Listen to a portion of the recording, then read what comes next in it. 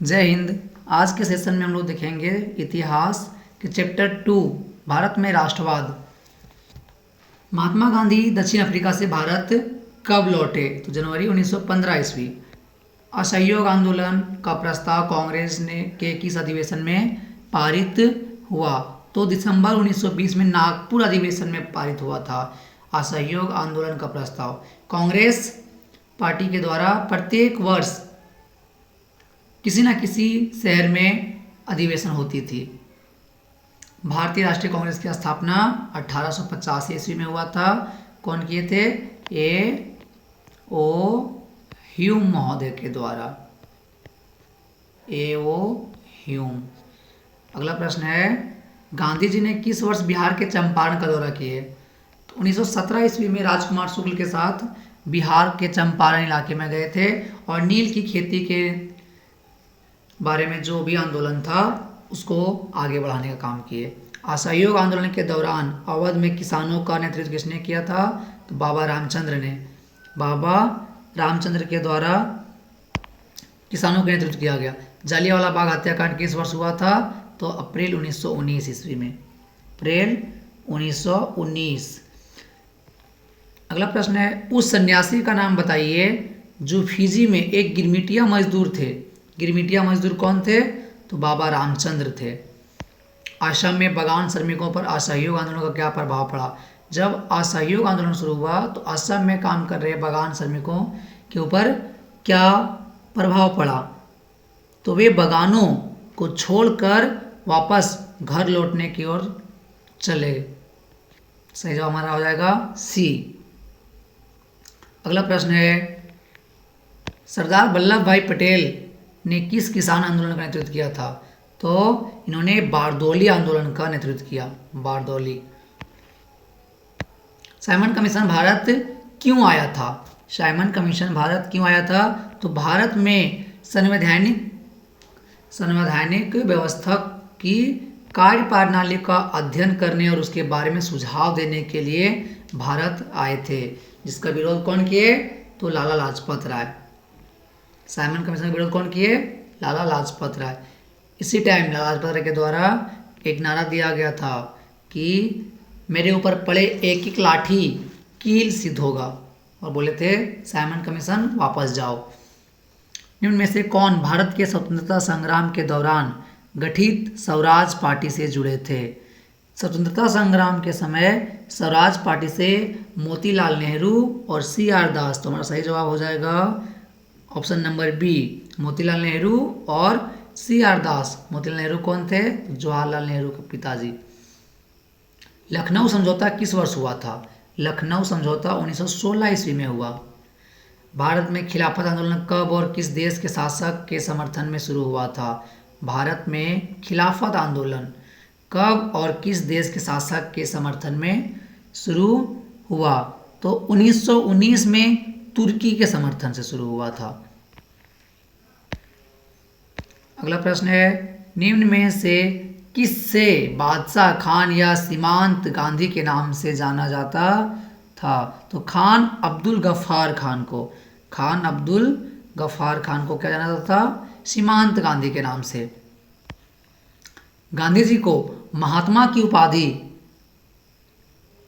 किसने दी थी? तो महात्मा गांधी को महात्मा की उपाधि गोपाल कृष्ण गोखले जी के द्वारा दिया गया था। चौरी चौरा की हिंसात्मक घटना के बाद गांधी जी ने किस आंदोलन को वापस लेने का निर्णय किया? चौरी हिंसात्मक घटना के बाद असहयोग आंदोलन वापस लेने का निर्णय लिया गया था महात्मा गांधी जी के द्वारा। अगला प्रश्न, जालियांवाला बाग हत्याकांड के उपरांत किस समिति का गठन किया गया? जब जालियांवाला बाग 13 अप्रैल 1919 ईस्वी को हुआ था तो कौन सा समिति का गठन किया गया? डायर समिति, मॉन्टेग्यू समिति या चैम्सफोर्ड समिति, या फिर हमारा ऑप्शन अगला हंटर समिति। तो सही जवाब हो जाएगा हंटर समिति। गांधी जी ने सविनय अवज्ञा आंदोलन का आरंभ किस कार्य से किया? कौन सा कार्य करने के बाद सविनय अवज्ञा आंदोलन का शुरुआत किया गया? तो दांडी मात्रा से। सविनय अवज्ञा आंदोलन क्या है? तो विनय पूर्वक अंग्रेजों के आज्ञा का अवहेलना करना। राजनीतिक गतिविधियों को कुचलने और बिना मुकदमा चलाए जेल में बंद रखने का प्रावधान किस एक्ट में था? तो रॉलेट एक्ट में, जिसे काला कानून भी कहा जाता था। कौन सा कानून बच्चा? काला कानून।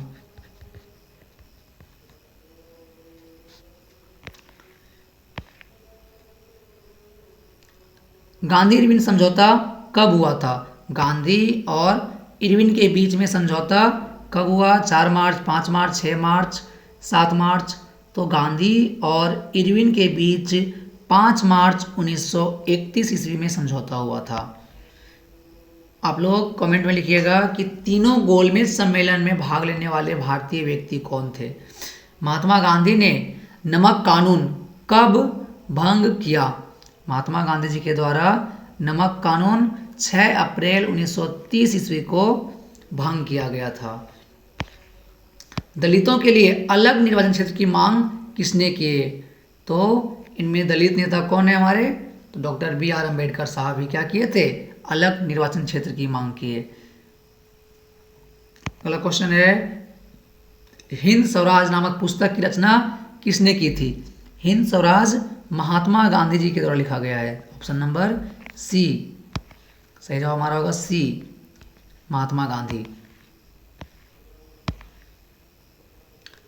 पूर्ण स्वराज की मांग कांग्रेस के किस अधिवेशन में स्वीकार किया गया? पूर्ण स्वराज की मांग यानी पूरे भारत की मांग, हमें पूरी तरह से आज़ाद कर दिया जाए, इसका मांग किस अधिवेशन में किया गया था? तो लाहौर अधिवेशन में। लाहौर अधिवेशन में ही झंडा फहराया गया था। प्रथम गोलमेज सम्मेलन का आयोजन कब और कहां हुआ था? पहला गोलमेज सम्मेलन, फर्स्ट राउंड टेबल कमीशन कहां हुआ? तो सही जवाब हो जाएगा 1930 ईस्वी में हुआ था, लंदन में। तो ऑप्शन डी, ABCD। अगला प्रश्न है, आंध्र प्रदेश की गुड़ेम पहाड़ियों में आदिवासी किसानों के विद्रोह का नेतृत्व किसने किया? तो अल्लूरी सीताराम राजू के द्वारा किसानों के विद्रोह का नेतृत्व किया गया था। अल्लूरी सीताराम राजू। किस एक्ट के तहत बगानों में काम करने वाले मजदूरों को बगैर इजाजत बगानों से बाहर जाने की छूट नहीं थी? कौन सा कानून पारित किया गया जो उसे बाहर जाने का छूट नहीं था? तो इंग्लैंड इमिग्रेशन एक्ट के तहत उन्हें बाहर जाने का अधिकार नहीं था मजदूरों को। भारत के लिए डोमिनियन स्टेट का गोलमोल सा ऐलान किस वायसराय ने किया था? डोमिनियन स्टेट का गोलमोल सा ऐलान किसके द्वारा किया गया? तो थे लॉर्ड इरविन, जिनके बीच और गांधी जी के बीच में समझौता हुआ था।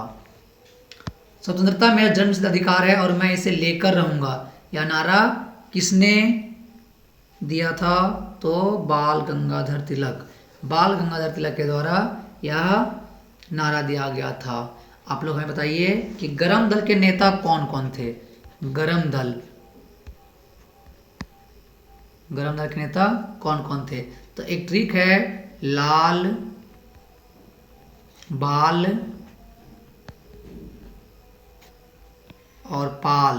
लाल बाल पाल, बिपिन चंद्र पाल, बाल गंगाधर तिलक और लाला लाजपत राय, ये हमारे तीनों गरम दल के नेता थे। गरम दल के नेता मतलब तुरंत उग्र रूप धारण करने वाले। भारत छोड़ो आंदोलन कब हुआ था बच्चा? तो भारत छोड़ो आंदोलन हमारा हुआ था 1942 ईस्वी में, 1942। और ये अंतिम आंदोलन करने का निर्णय लिया गया था। करो या मरो का नारा इसी वक्त दिया गया था हमारे महात्मा गांधी जी के द्वारा। करो या मरो का नारा कौन दिए थे? महात्मा गांधी। इसी के समकालीन एक और नारा दिया गया था। करो या मरो नारा देने के बाद सुभाष चंद्र बोस जी के द्वारा नारा दिया गया था, दिल्ली चलो। क्या था? दिल्ली चलो। आज का सेशन यहीं समाप्त होता है बच्चा। Thank you.